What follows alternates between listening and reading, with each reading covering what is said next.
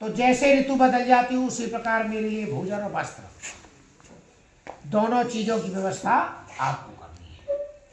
जैसे मान लीजिए अब आज हमने जो कपड़े पहन रखे हैं नहीं पहन सकते, पहन लेंगे तो जून के कपड़ा अलग है। अब ऐसा न हो कि तुमसे कहा गया कि मेरे पास कपड़े नहीं है, ऋतु बदल गई है, कपड़े ला दो। तो ऐसा न हो कि तुम कहो कि भाई हमारी शादी भाई वो कपड़ा तो रखे हुए तुम्हारे पास में, उन्हीं पहन ले। तो आज के मौसम में और जून के महीने में फर्क है।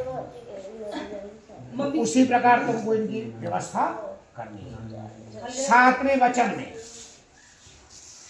वचन में कन्या कहती है कि मुझसे आपके घर तेहरा में जाने या अनजाने कोई काम बिगड़ जाता है और वहां पर मैं साथ की सहेलियों में बैठी हूँ, वहां मुझसे कोई कठोर वचन न करे। साथ की सहेली कौन है? जैसे सास है, नंद है, दौरानी है, जेठानी है, और एक आध अड़ोसन पड़ोसन आ जाती है बैठने के लिए।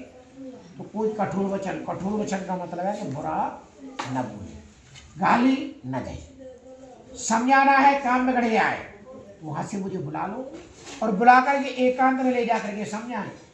ऐसा न हो कि तुमने वहां से तो बुला ले हम, और बुलाने के बाद तुम पहले इधर आओ या कमरा में समझाऊंगा तुम्हें, और कमरा में समझा भमझा तो कछू पहले तो दो दिए हैं, पहले तो दो हाथ मारे, उसके बाद समझाने का काम तुमने बिगाड़े होगा ना। तो बेटा वो तो समझाना नहीं, ठीक है? समझा उसको प्यार से, जिससे कि दोबारा काम न बिगड़े। और अगर एक मार दे या दो मार दे तो वो तो कलह पैदा कर लेगा। ऐसा कि बात बढ़ जाए, ठीक है? इससे बढ़िया ये बेटा कि काम बिगड़ेगा इंसान से बिगड़ेगा, और बिगड़ने के बाद तुम कितना भी घर में झगड़ा कर लो लेकिन वो बन नहीं सकता है। बिगड़ गया तो बिगड़ गया। इसलिए कोई भी परेशानी है प्यार से उसको समझाओ, और समझाने की वाला थोड़ा टाइट करके, ठीक है? अब कन्या कहते हैं कि महाराज अगर ये गुण आपके अंदर हैं तो मैं आपके बाएं आने के लिए तैयार हूं। बेटा कहिए वचन स्वीकार है? और बेटिया तुमने कुछ सुना है, तुम्हारी कुछ समझ में आई है?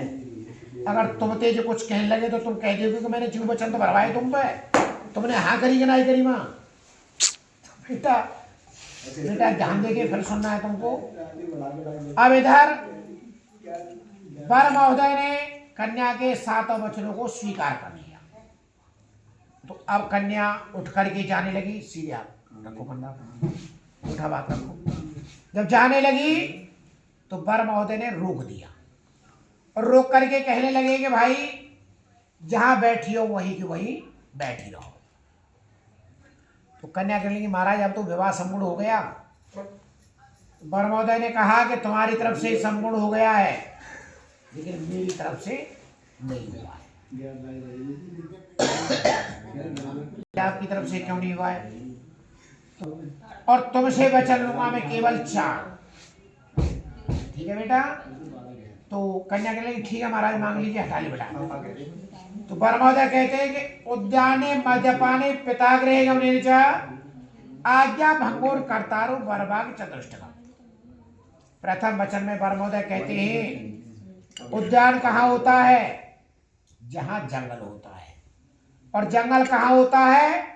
जहां एकांत स्थान हो, जहां कोई मनुष्य आता जाता न हो। जैसे मान लीजिए रात्रि के समय घर के बाहर भी कोई मनुष्य नहीं मिलता है तो वो तुम्हारे लिए एक जंगल के समान है। आज के बाद तुम नहीं जाओगी तो तुमको मैं अपनी बायंग ले सकता हूं। उद्याने मद्यपानी, और मद्यपान क्या होता है? मद्यपान होता है नशा, और नशा होता है 4 प्रकार का। नशा होता है 4 प्रकार का। किसी को तो धन का नशा है, जिसके पास संपत्ति अच्छी है उसको तो उस चीज का नशा है। अपनी घर कुनवा से मद है, नशा है।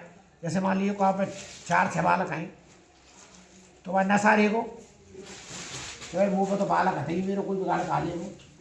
जिसके पास धन है उसको भी नशा रहता है। और एक नशा है तरुणावस्था का। तरुणावस्था में आदमी तो बरमोदय कहते हैं बेटा कि ऐसे स्थान में जैसे कि मद्रापान, अगर कोई मनुष्य शराब पी के घूम रहा है तो ऐसे मनुष्य के सामने आज के बाद मत आओ। उद्याने मद्यपाने पिताग्रे गमने चा, तीसरे वचन बेटी आंखें बंद मत करो।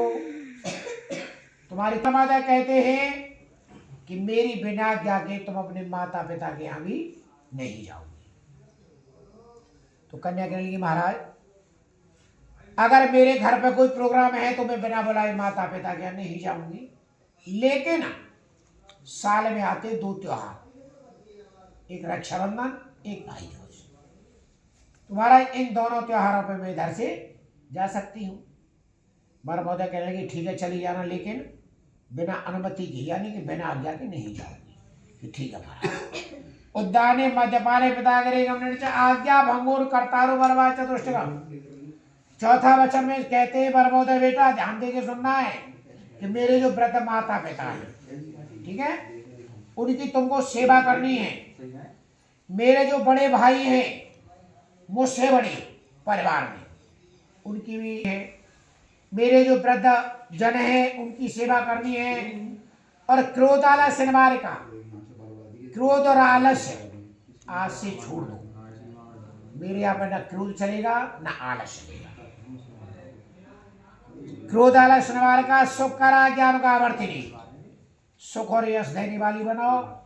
और मेरे माता पिता की सेवा करो, उनकी आज्ञा का पालन करो। और मेरे जो छोटे बहन भाई हैं जाने या अनजाने तुमसे कुछ कह जाएं तो ऐसा मत करना कि जैसे मैंने तुमसे कुछ कटु वचन कह दिया। छोटे ने और वो है अनसमझ, वो जानता नहीं है कि मैं क्यों कह रहा हूँ भाई, मुझे नहीं कहना चाहिए इस तरीके से। तो तुम ऐसा मत करना, तो उसको पकड़ के वहीं एकांत में ले लो और 2-4 आगे जड़ दिए। अब जड़ दिए तो रो वो इन्हीं बहन है, वो तुमको अपनी बेटी के रूप में देखनी है। बेटी और बेटा के रूप में समझाओगी बिठा के तो वो समझेंगे। अगर ये गुण तुम्हारे अंदर है स्वयं ले सकता हूं। बेटा ऐसे हाथ निकालिए दोनों के दोनों अग्नि तरफ और दोनों कहो कि हमें एक दूसरे के वचन स्वीकार हैं। बोलो बेटा। बिटिया खड़ी हो।